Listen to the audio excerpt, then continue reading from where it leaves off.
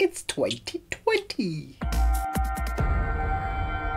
Hi and welcome to the Ruby Tuesday. My name is Ruben and this is my review for Netflix's original series Messiah. A CIA officer investigates a charismatic figure whose followers believe he can perform miracles. He may be a divine entity or a dangerous con artist. So the Messiah is 10 episodes long and each episode is just under an hour long, and I have seen it all and I'm here to tell you my thoughts on the process, the story, the characters. I'm not here to tell you my thoughts on what I believe or what my beliefs are. The first thing I should get out of the way is that even the trailer for this series was met with a lot of hostility because of the subject matter. Obviously, as you can imagine, it because of its cultural references, because of its religious references, it has been met with quite a bit of hostility. So I'm just going to put that aside and talk about the actual story. As I've said with the synopsis, you have this 10 episodes where we are introduced to this character who is doing things that are quite miraculous, and he leads, or people naturally flock to him, and as the story progresses you have more followers that are somehow just amazed by what he can do or who he is or what he is saying. Even though he doesn't say much and even though he doesn't do much, it just seems to be that people just flock into him. It's like a cult, like a fanaticness, and the story teeters on the edge of keeping you guessing of whether this person is actually a Messiah or the Messiah or a prophet or a saint or something like that, or whether he's just an absolute nut and getting people to follow him. And it keeps you guessing right until the end.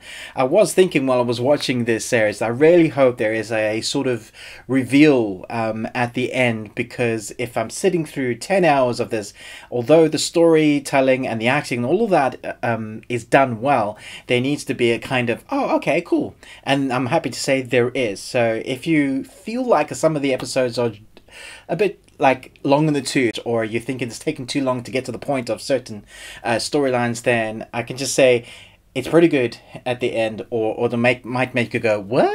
This fiction story is actually put together quite well. The editing and the story makes you want to keep watching. It's very bingeable, in fact. Even though at times certain episodes feel like they're long, they really spend time on the characters. And so you have the Messiah character, but you also have a CIA operative who is following along, who's basically following this Messiah character to try and figure out how he's doing what he's doing. So you have these two juxtapositions. You have these worlds of where people believe he is the Messiah, and there's worlds of where people can't believe that you're falling for this.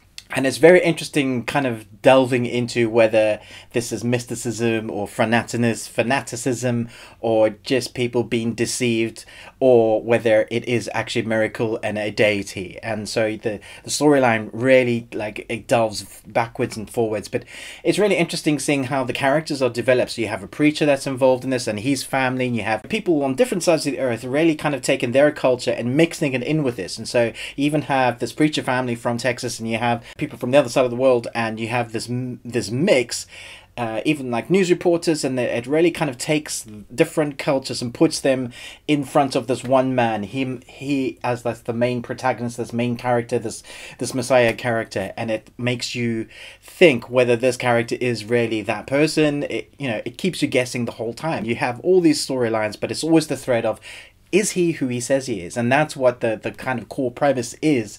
That's what keeps you guessing. That's what keeps it interesting. I was surprised at how interested I was in this storyline. I didn't think I would be able to watch the 10 episodes. I come from a Christian background. My dad is a pastor, so there is that religious overtone for me, for my mind, and I wasn't offended because I know this is fictional. But there is that question, if you come from that sort of religious background, how would, if a deity came now, how would that be represented on Earth today? How would they represent themselves? Would it be technology? Would they just appear everywhere? I'm kind of monologuing, I'm going off on a tangent, but it makes you question things and makes you ask yourself questions, and I like what they did. They played with that storyline.